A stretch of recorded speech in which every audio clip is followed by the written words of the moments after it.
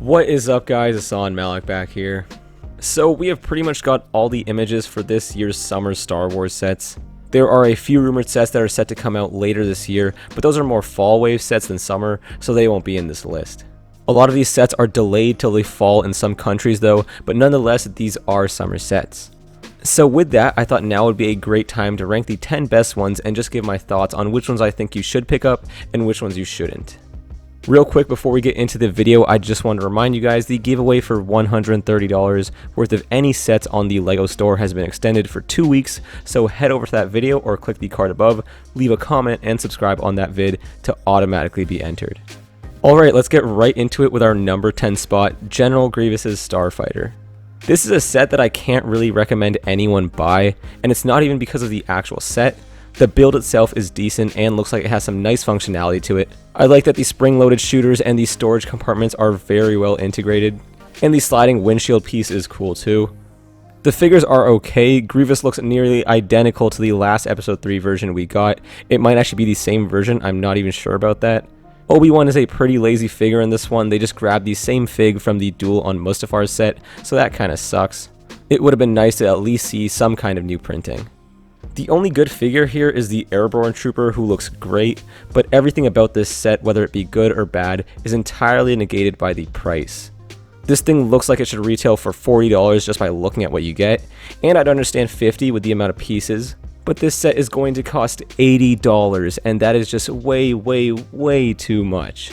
The set itself is nothing special, neither are the figures, so this price can in no way be justified. Even if you absolutely love Grievous and his fighter or the Airborne Trooper, you really need to wait for this one to go on sale or clearance, because $80 is just too much. On to number 9, we got the Knights of Ren transport ship, aka the Night Buzzard.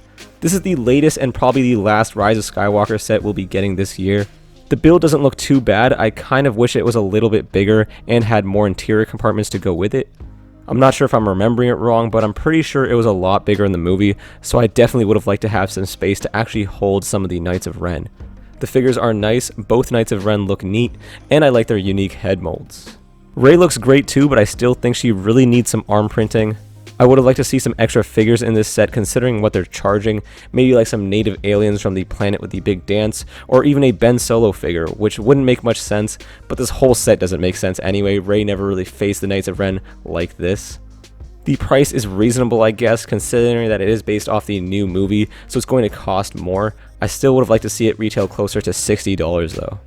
My lack of interest in this set isn't really from the set itself, but from what it's trying to depict in the movie. The Knights of Ren and their ship just weren't that memorable, and I have no desire to collect them all. They don't really have the same effect as the Infinity Stones or the dwarves from the Hobbit line. At number 8 we have the new AT-AT. I know it's supposed to be pronounced AT-AT, but I've always called it AT-AT, and I think that sounds a lot nicer, so I'm gonna just roll with that. The last AT-AT we got was in 2014, which was actually a great set and very well priced at $110. This one is bigger and includes more pieces. Overall, I think it's a better design than the last one, and it looks just as you'd expect a LEGO AT-AT to look. I like the amount of storage you get inside with the seating for regular troops and carrying the entire speeder as well. The minifigure selection is great as well, and I like that they included some infantry elements with these snowtroopers and a speeder and a turret. Getting Luke is also nice, and getting the rope with the winch system is dope too. The reason it's not ranked higher is because of that price though. I wasn't expecting this to be priced as generously as the last one at $110, but I think $140 would have been fair. $160 is definitely pushing it though. On to number 7, we got Anakin's Jedi Interceptor. This is a remake of the same set from 2014, which was a great set and quite popular if I remember it correctly. So I'm glad LEGO was putting it back out there to give fans another chance at getting it if they couldn't before. The build looks great. I really like the 2014 one, and this one isn't designed much different. The set looks almost identical at first glance, to be honest, but that just means that LEGO has nearly perfected their design for the Jedi Interceptor. The figures in this one are my only issue though. I'm not really sure why they use the same damaged Anakin torso from the Duel on Mustafar again. That just seems pretty lazy to me. And I would have liked to see one of those faces printed without the headset as well. This one is $5 more expensive than the last, but that's understandable with inflation and everything. Overall, it's a great set, and I'd recommend you pick it up if you didn't get the last one. At number 6, we have the very highly anticipated Armored Assault Tank, or AAT for short. Now this set is honestly actually quite terrible. I think the build is one of the worst versions of the AAT we've ever gotten, and that's the only thing included in this set, so there's not much to appreciate in terms of an actual build. But the sole purpose for this set even existing, or having even the slightest bit of hype, is the Season 7 Ahsoka Tano and 332nd Battalion Clone Trooper. It's a crime we don't see Ahsoka in more sets. The last version LEGO made of her now costs over $100, so getting her in this new Season 7 variant is quite amazing. The figure itself looks great, although some arm printing would have been nice. The Clone Trooper looks great too. It's just the new 501st Clone Trooper with the special helmet painting, and I think it looks great. I'm still not sure how I feel about the white hip and arm pieces though.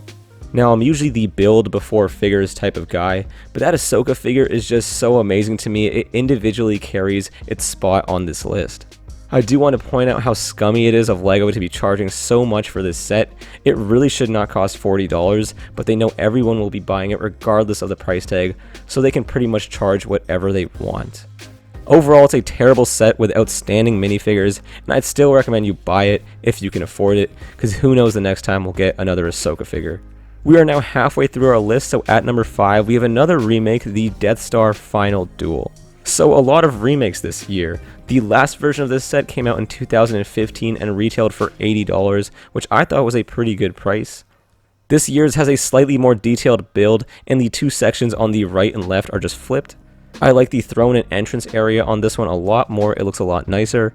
The best improvement has to be with the figures though. We get the same selection of figures with new prints. Luke and the Royal Guards look great. I like the new head mold, but it just doesn't look good on the Emperor here in my opinion. I would have liked to see them use the older mold instead. But the best figure here has got to be Darth Vader, who I think is absolutely perfect. I'm not sure what more they could do here to improve it, other than making a new mold for his helmet. The arm printing looks great, and I hope they continue to include it in other versions. This set is going to retail for $100, which I think is a little high. I get that sets get more expensive, but this set obviously didn't require much design work and doesn't include that many more pieces, so $90 would have been a better suited price in my opinion. On to number 4 with a set that was just announced, LEGO Sith from the LEGO Art theme. This is technically not part of the Star Wars theme, but just look at it. This is definitely a LEGO Star Wars set. It's part of LEGO's new attempt to target older fans and adults, and I think this whole theme is just a great idea. This first set with 3 Sith, Darth Vader, Maul, and Kylo looks great. Allowing you to rebuild the set into any 3 is awesome. I think the images they used as inspiration for these sets were really well chosen and allow for enough details to be captured with each stud. Speaking of studs, you get a whole bunch of them. There's 3,406 pieces in this set to be exact, so using price per part is not really a great judge of value here. But $120 to me does seem okay, especially since this is supposed to be more of an art piece that you'd put up in your house. Getting that new fat brick separator is also very convenient.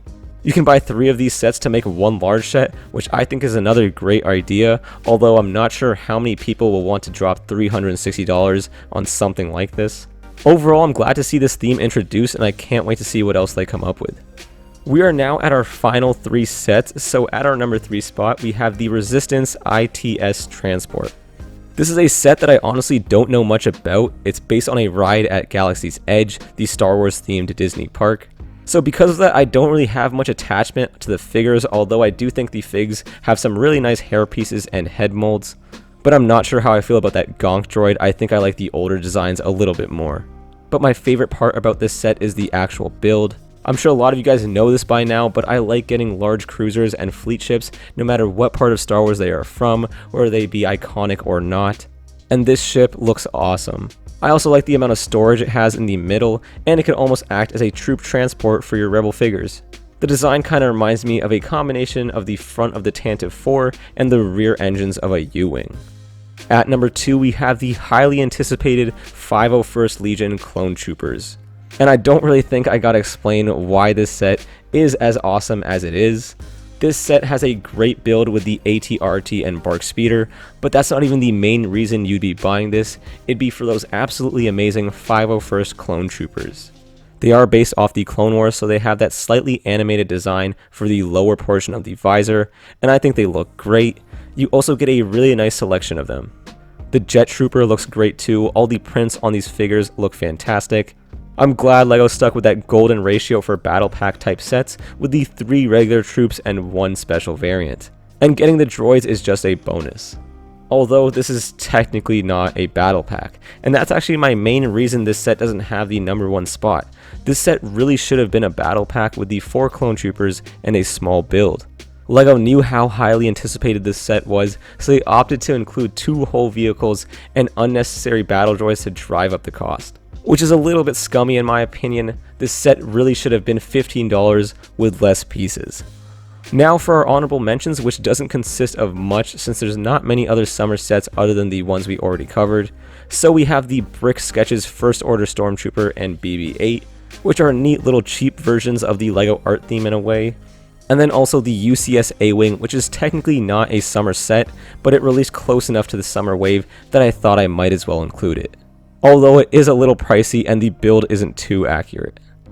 Okay, so that's enough for the honorable mentions. I'm sure you all know what set is at our number 1 spot by this point. So the number 1 LEGO Star Wars set for summer 2020 is the Razor Crest from The Mandalorian. Your opinion of this set is going to entirely depend on your opinion of the show. I absolutely loved it. It's one of my favorite things to come out of Disney Star Wars. Again, I am one of those people that'll take a great build or vehicle over great figures. So this set does come with a great selection of figures like Greef Karga, IG-11, and a nice generic Scout Trooper. Mando himself in this set isn't too great, since it's the same as the one we got late last year. I really would have liked to see him completely decked out in his Beskar armor and the jetpack as well. And then we have Baby Yoda, of course, who looks fantastic. Everyone is going to be after this set for that figure alone. Although I would have liked to see this set include his little crib as well. But the real star of the show here for me is the Razor Crest itself. I love the ship in the show, and in only 1 season, it's already one of the most iconic Star Wars ships out there. I absolutely loved the way it looks. I really like that the play features like these spring-loaded shooters aren't too intrusive in the look of the whole thing and blend in well. My favorite part about this ship is the amount of storage and hidden compartments there are. The cockpit looks good and can hold both Mando and Baby Yoda, which is nice. The side compartments are pretty nice too, with the little bed and storage for the extra shots. Then up top there is also some space for the blasters and a little escape pod that is very well integrated with the whole design.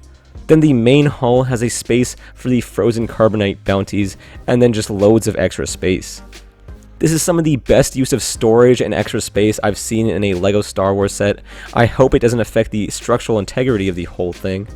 This set will retail for $130, which I agree with you is quite high, especially considering that it only includes about 1,000 pieces.